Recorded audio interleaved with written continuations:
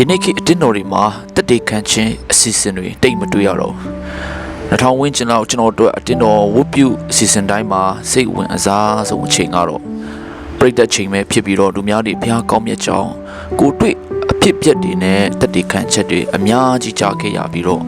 ဘုရားရဲ့တက်တေတွေကိုမြင်တွေ့ကြားတည်ခွင့်ရခဲ့တာတွေကအခုထိကောင်းတဲ့မှာအမြင့်ဆွေမြင်နေလဲပါပဲဒါပေမဲ့စိတ်မကောင်းစရာပါပဲဒီနေ့ခေတ်မှာတွားဖြစ်တဲ့အတင်းတော်တွေမှာတက်တီခန့်ခြင်းတွေမကြားရတော့ဘူးပြိတ္တအချိန်တော်မှမထားကြတော့ဘူးတပင်တိုင်းချီးမွမ်းမယ်အလူငွေကောက်မယ်ဒေသနာနားထောင်မယ်ဆိုယုံလောက်ပဲအစီအစဉ်တွေကိုအတူချုံချုပ်ပြီးတော့စီစဉ်နေကြတာတွေတွေ့နေရတယ်ဘုရားကောင်းမြတ်ကြောင်းတက်တီခန့်ချက်တွေကိုကြားနိုင်ဖို့အင်မတန်မှခက်ခဲတဲ့နေ့ရက်တွေကိုကျွန်တော်တို့ဖြတ်တန်းနေကြရပါတယ်ဘာကြောင့်များလဲတက်တီခန့်မဲ့သူတွေမရှိတော့တာလားတက်တီခန့်ခြင်းကတခါတလေကြားတတ်တော့လူတွေမနာထောင်ခြင်းကြားလို့လားတမမို့တက်တေခံခြင်းတွေကယနေ့ခေတ်မှာမလိုတော့လို့လားကျွန်တော်တို့အဖြေရှာဖို့လိုပါတယ်။ဒါကြောင့်တင်းတော်တွေမှာတက်တေခံခြင်းအစီအစဉ်တွေပြန်ထည့်ပေးဖို့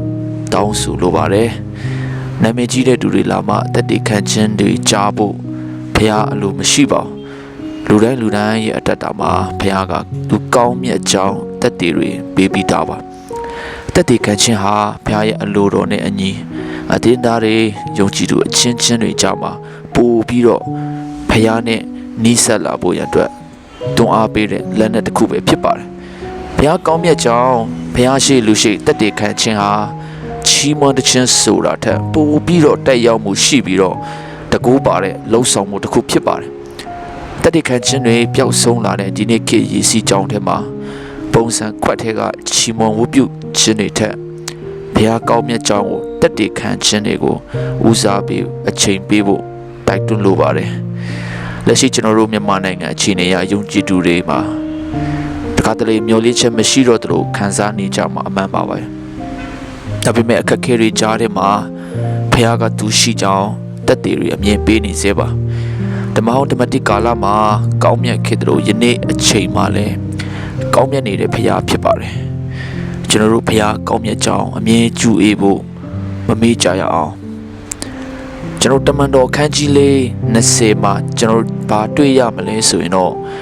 ငါတို့ဒီကြားလျက်မြင်လျက်ရှိသောအရာတို့ကိုမဟောမပြောဘဲ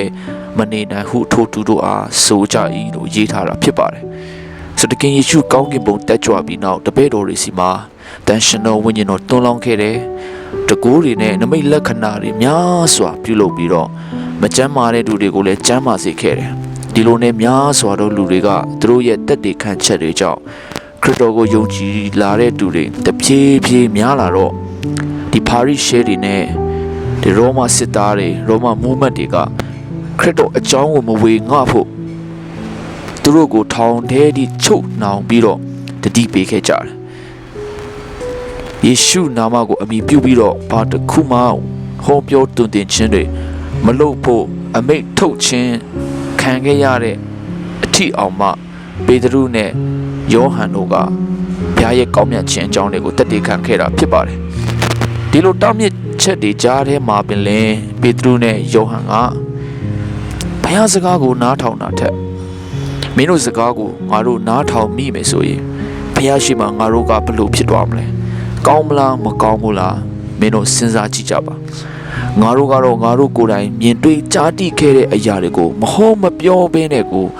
မနေနိုင်ဘူးဆိုပြီးတော့တုံ့ပြန်ခဲ့တာဖြစ်ပါတယ်မိတ်ဆွေရက်စက်ကြမ်းကြုတ်လာပါတယ်ဆိုတော့ယောမစစ်သားတွေလက်ထက်မှာတော့ပေတရုနဲ့ယောဟန်ကကိုယ်တိုင်ကြုံတွေ့ရတဲ့ဘုရားကောင်းမြတ်ခြင်းတွေကိုမဝေငှပဲမနေနိုင်တဲ့အထီအောင်ဖြစ်ခဲ့တာဖြစ်ပါတယ်